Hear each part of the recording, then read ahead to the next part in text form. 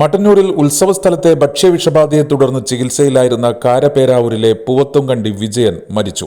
5-6 തീയതികളിൽ കാര പുതിയടത്ത് നടന്ന ഉത്സവത്തിനിടെ സദ്യ കഴിച്ച 200-ലേറെ പേർ കണ്ണൂർ, തലശ്ശേരി, മട്ടന്നൂർ എന്നിവിടങ്ങളിലെ ആശുപത്രികളിൽ ചികിത്സ തേടിയിരുന്നു.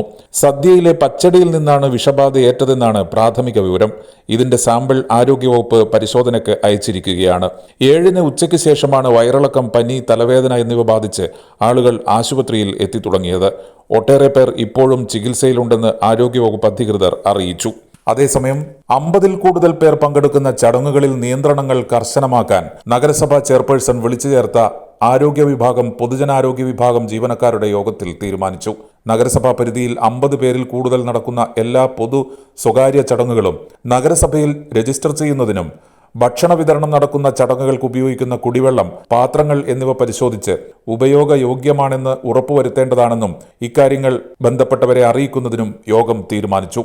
ഭക്ഷ്യവിഷബാധയുണ്ടായ സാഹചര്യത്തിൽ ആശാപ്രവർത്തകർ, ഹോട്ടൽ, കൂൾബാർ വ്യാപാരികൾ, കാറ്ററിംഗ് വിഭാഗക്കാർ, പാചകക്കാർ, ക്ഷേത്ര കമ്മിറ്റി ഭാരവാഹികൾ എന്നിവരുടെ യോഗം തിങ്കളാഴ്ച വിളിച്ചു ചേർക്കുന്നതിനും നഗരസഭാ ചെയർപേഴ്സൺ എൻ ഷാജിത്ത് തീരുമാനം അറിയിച്ചു.